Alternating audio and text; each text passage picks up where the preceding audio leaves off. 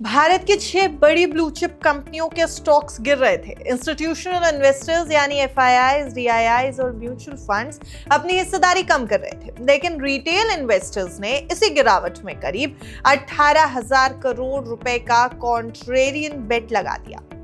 जून quarter में retail investors ने Infosys, Reliance industries, TCS, Wipro, HCL technologies और आईटीसी में अप्रोक्सीमेटली 17,914 करोड़ रुपए की खरीदारी की। यानी स्टॉक्स गिर रहे थे और रिटेल इन्वेस्टर्स बाइंग कर रहे थे। इन 6 स्टॉक्स में सबसे बड़ा दाम आईटी सेक्टर पर था। इन्फोसिस, टीसीएस, विप्रो और एचसीएल टेक में रिटेल इन्वेस्टर्स ने कुल 12,230 करोड़ रुपए लगाए, यानी 6 स्टॉक्स की कुल बाइंग 2/3 से ज्यादा। सबसे ज्यादा खरीदारी इन्फोसिस में हुई है, जहां रिटेल इन्वेस्टर्स ने अप्रोक्सीमेटली 3,864 करोड़ रुपए के स्टॉक्स खरीदे। रिलायंस इंडस्ट्रीज में 3,764 करोड़ रुपए, टीसीएस में 3,291 करोड़, विप्रो में 3,152 करोड़ रुपए, एचसीएल टेक्नोलॉजीज में 1,923 करोड़ रुपए, आईटीसी में 1,920 करोड़ रुपए की खरीदारी हुई है।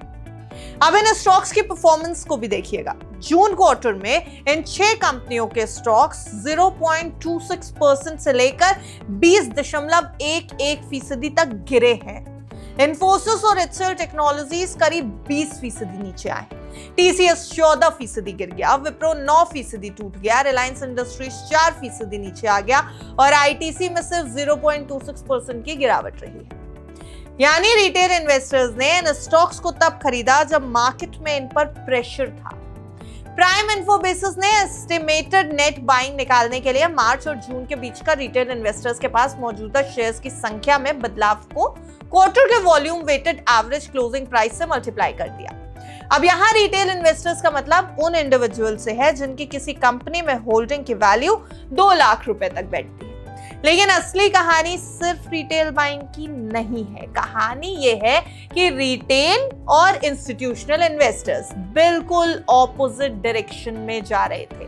रिलायंस इंडस्ट्रीज जून क्वार्टर में एफआईआईज की सबसे बड़ी एस्टिमेटेड सेल रही है।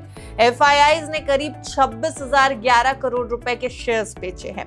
इन्फोसिस भी एफआईआईज, डीआईआईज और म्यूचुअल फंड की बड़ी सेल लिस्ट में रहा है।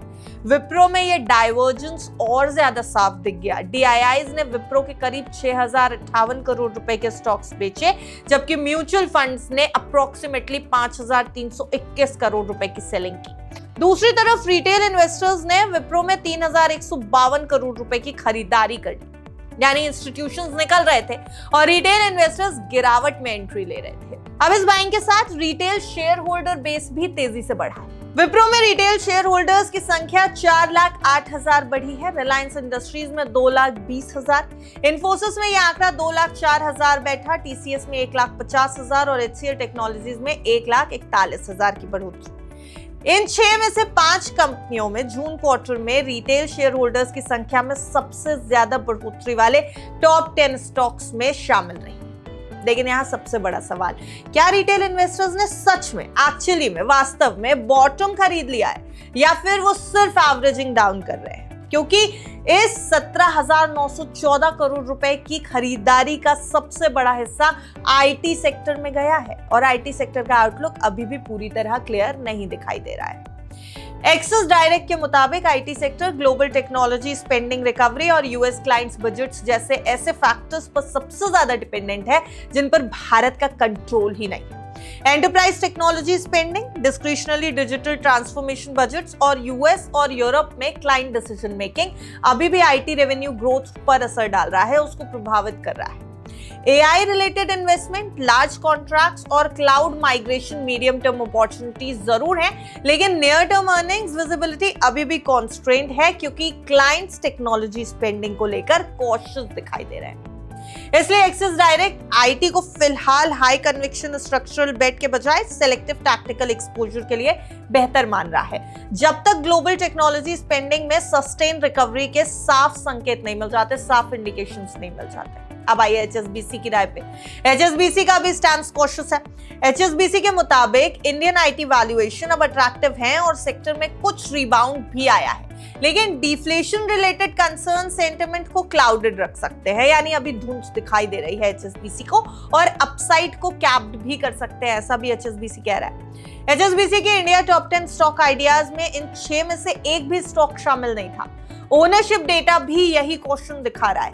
आईटी सेक्टर के मार्केट कैपिटलाइजेशन में रिटेल इन्वेस्टर्स की हिस्सेदारी 6.34% से बढ़कर 7.26% हुई, लेकिन ओवरऑल रिटेल पोर्टफोलियो में आईटी का वेट 6.09% से घटकर 5.43% हो गया। इंस्टीट्यूशनल इन्वेस्टर्स ने भी आईटी एक्सपोजर कम किया। एफआईआई पोर्टफोलियो में आईटी का वेट 6.19% से घटकर 4.76%, डीआईआई पोर्टफोलियोज में 7.55% से घटकर 5.83% और म्यूचुअल फंड होल्डिंग्स में 6.68% से घटकर 5.08% हो गया है। अब पूरे मार्केट में रिटेल इन्वेस्टर्स की पोजीशन देखिए तो 30 जून तक एनएसई लिस्टेड कंपनीज में retail ownership bye market value 7.39% हुई, जो मार्च एंड पर 7.12% थी।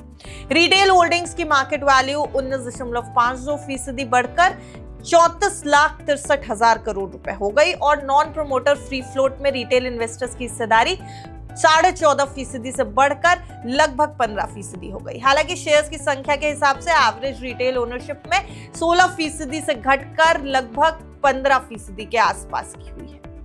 और यहाँ एक इंपॉर्टेंट वार्निंग भी है। जून क्वार्टर में रिटेल इन्वेस्टर्स ने 1130 कंपनीज में होल्डिंग बढ़ाई।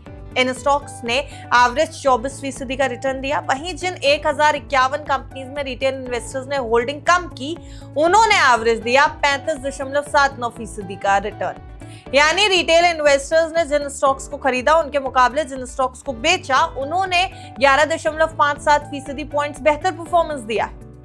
इसका मतलब ये तो बिल्कुल नहीं है कि करंट बाइंग गलत साबित होगी, लेकिन जून क्वार्टर तक रिटेल इन्वेस्टर्स की डेप बाइंग स्ट्रैटेजी को रिलेटिव परफॉर्मेंस के आधार पर वैलिडेशन नहीं मिला था।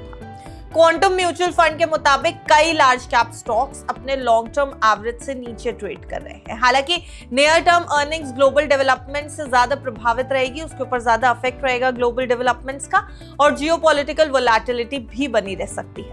उनके मुताबिक शॉर्ट टर्म डिसरप्शंस का इंट्रिंसिक बिजनेस वैल्यू पर असर लिमिटेड हो सकता है और इन्वेस्टर्स स्टैगर्ड इक्विटी एलोकेशन पर विचार कर सकते हैं, यानी धीरे धीरे करके इक्विटी खरीदने पर और एलोकेट करने पर पोर्टफोलियो में।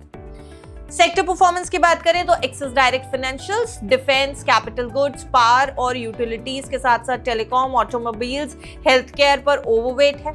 आईटी में सिलेक्टिव अप्रोच है, जबकि एफएमसीजी और पेंट्स पर मार्जिन प्रेशर्स कम होने तक कॉशन है। एचएसबीसी भी फाइनेंशियल्स, ऑटोमोबाइल्स, रिटेल, सर्विसेज और हॉस्पिटल्स जैसे डोमेस्टिकली ड्रिवन सेक्टर्स में हाई क्वालिटी ग्रोथ कंपनीज को प्रेफर कर रहा है। कंजम्पशन में एचएसबीसी कंज्यूमर डिस्क्रिशनरी को स्टेपल्स की तुलना में ज्यादा पसंद करता है, क्योंकि स्टेपल्स महंगे हैं और रूरल डिमांड के साथ साथ राइजिंग फूड इन्फ्लेशन के ज्यादा एक्सपोज्ड है। तो आखिर इस करीब 18,000 करोड़ के रिटेल बेट का आउटकम किस पर डिपेंड करेगा?